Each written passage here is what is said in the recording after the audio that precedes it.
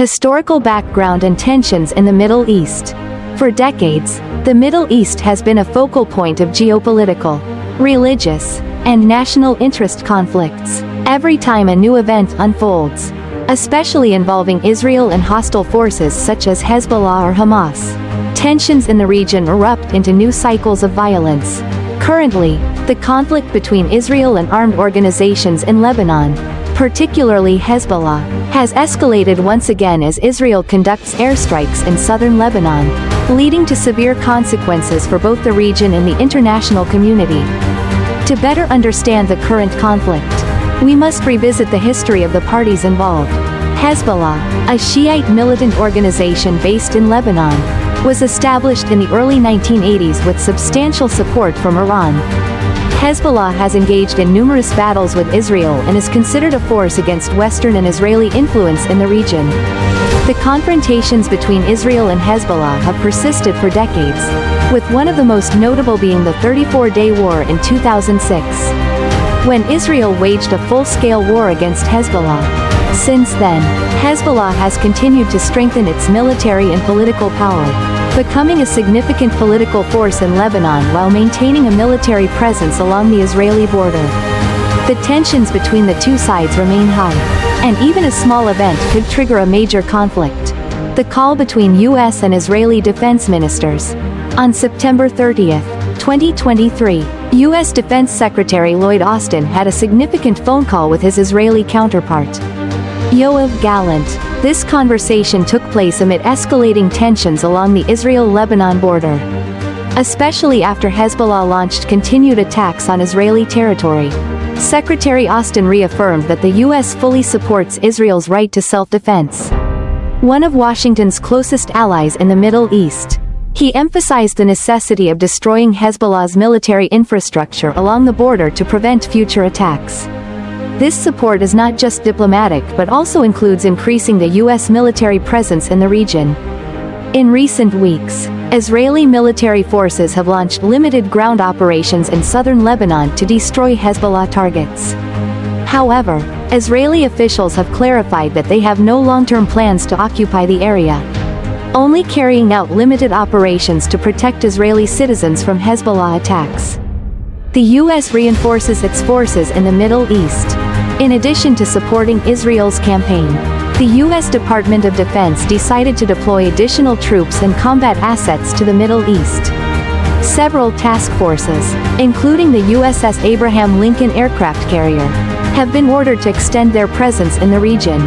Fighter jets such as the F-16, F-15E, F-22, and A-10 have also been deployed to strengthen defensive capabilities and be ready to respond to threats from Iran and its proxy forces, including Hezbollah. The deployment of additional U.S. forces is part of a broader strategy to protect its interests and those of its allies in the region from hostile nations and organizations. Iran, considered one of the U.S.'s main adversaries in the Middle East, provides strong backing to Hezbollah and other armed groups in the region. The close relationship between Iran and Hezbollah has grown over the years, with financial, weaponry, and military training support from Tehran. However, in his call with Defense Minister Gallant, Secretary Austin also emphasized the need for a diplomatic solution to ensure the safety of civilians on both sides of the Israel-Lebanon border. This shows that while the U.S. strongly supports Israel's military actions, Washington acknowledges that military conflict is not the ultimate solution to this issue. Iran and Hezbollah's response. Iran, a crucial ally of Hezbollah, quickly responded strongly after a senior commander of Iran's Islamic Revolutionary Guard Corps, IRGC, was killed in an Israeli airstrike in Beirut, Lebanon. Tehran declared that it would retaliate against Israel, especially after Hezbollah's leader, Hassan Nasrallah, was also killed in the same attack. Nasrallah's death is considered a significant blow to Hezbollah, as he had been one of the organization's most influential leaders for over 3 decades. Not only was Nasrallah a symbol of the resistance movement against Israel, but he also shaped Hezbollah's military and political strategies for many years.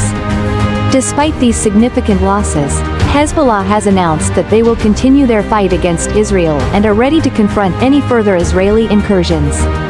Hezbollah's interim leader affirmed that the organization would elect a new leader soon and vowed not to abandon the fight until their ultimate goals are achieved. Meanwhile, Iran has issued serious warnings to both Israel and the U.S. Tehran cautioned that any direct military action against Iran would result in severe consequences. This threat is not only aimed at Israel but also at U.S. allies in the region, including Saudi Arabia and the United Arab Emirates. The role of the international community. The international community has quickly expressed concerns over escalating tensions in the Middle East. U.S. President Joe Biden, while supporting Israel's right to self-defense, called for a ceasefire to prevent the conflict from spreading. He also emphasized the need for measures to avoid a full-scale war in the Middle East, as such a war could have unpredictable consequences for the region and the world. The United Nations also called on Israel to halt its ground operations in Lebanon and resolve the conflict through diplomatic means. UN Secretary-General Antonio Guterres emphasized that military conflicts only increase suffering for innocent civilians and urged all parties involved to take steps to de-escalate tensions. Turkish President Recep Tayyip Erdogan, one of Israel's harshest critics in the region, proposed bringing the issue before the UN General Assembly and even called for the use of force if the UN Security Council failed to prevent the conflict. Strategic forecasts for the future of the conflict. Given the current situation, several potential scenarios could unfold in the near future. One scenario is that Israel will continue expanding its military operations in southern Lebanon to entirely destroy Hezbollah's military infrastructure. However, this could lead to fierce resistance from Hezbollah and Iran, prolonging the war and potentially spreading it to other areas. Another scenario is that the US and other global powers intervene more forcefully, pressuring both sides to negotiate and agree to a ceasefire. However, this may be difficult to achieve, as both Israel and Hezbollah have their own strategic interests and are unlikely to make concessions. Hezbollah will not give up its arms, and Israel will not tolerate the security threat posed by the organization. In the worst-case scenario, if the conflict spreads and continues for an extended period, it could result in a full-scale regional war involving many nations and different organizations. This would not only lead to heavy casualties but also push the region into a severe humanitarian crisis, weakening the global economy, especially the energy market, humanitarian consequences and the refugee crisis. One of the most severe consequences of the conflict in the Middle East is the humanitarian toll. According to reports from international organizations, tens of thousands of people have been forced to flee their homes in search of safety. In Lebanon, at least 200,000 people have been internally displaced due to Israeli airstrikes, while over 50,000 Lebanese and Syrians seeking refuge in Lebanon have crossed the border into Syria. In particular, civilian areas near the Israeli border, such as southern Lebanon, have become targets of Israel's intense airstrikes, causing many people in the area to lose their homes and livelihoods. Although these attacks are aimed at Hezbollah's military targets, they have caused significant damage to civilian infrastructure and have inflicted heavy losses on civilians. In Israel, around 60,000 citizens living near the Lebanon border have also been evacuated since Hezbollah ramped up missile and drone attacks. Many Israeli families have had to leave the area and move to safer regions within the country, creating an internal refugee crisis in Israel itself. The United Nations Refugee Agency, UNHCR, has expressed deep concern about the situation of refugees and displaced people in the region. Thousands of people not only lost their homes but are also facing shortages of food, clean water, and basic medical services. The World Food Programme, WFP, has also issued warnings about severe food shortages in conflict areas, especially in Lebanon and Syria, where millions of people are living in dire conditions. The humanitarian impacts of the war not only affect the present but could also leave long-term consequences for the region. As critical infrastructure such as hospitals, schools, and water systems are destroyed, restoring a sense of normalcy for hundreds of thousands of people will be a significant challenge. The role of major powers in the conflict. The conflict in the Middle East is not just a matter between Israel and Hezbollah but also involves several global powers. The U.S., as a key ally of Israel, has provided support not only politically but also militarily.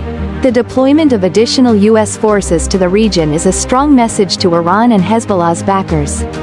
On the other hand, Iran, as the primary sponsor of Hezbollah, has reacted strongly to Israel's actions. Iran not only provides financial and military support to Hezbollah but also offers training and political backing.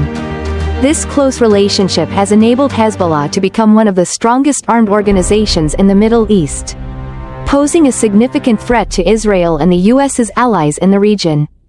Russia, although not directly involved in the conflict, has strategic interests in the Middle East, particularly in Syria, where it has intervened militarily to protect President Bashar al-Assad's regime.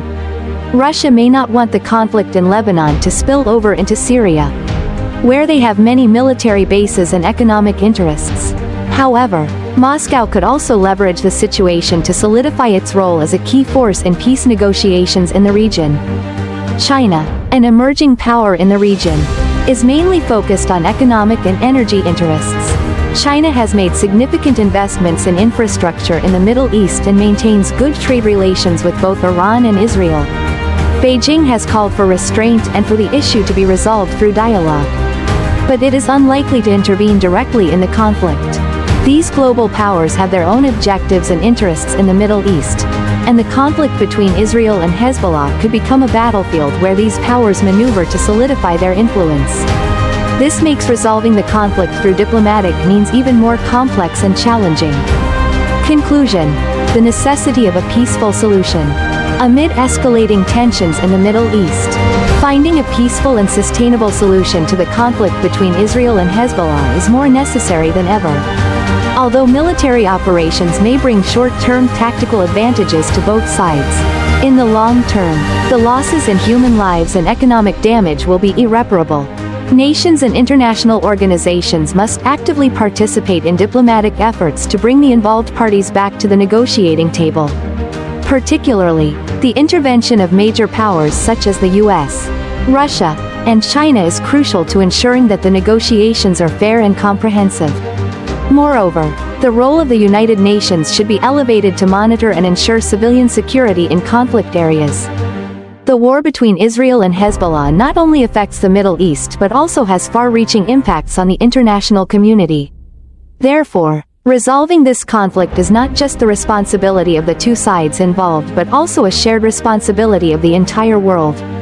The future of the Middle East will depend heavily on whether the involved parties can overcome their differences and conflicts to build a lasting peace together. Only then can the people of this region live in peace and security, without facing the constant fear of war and violence.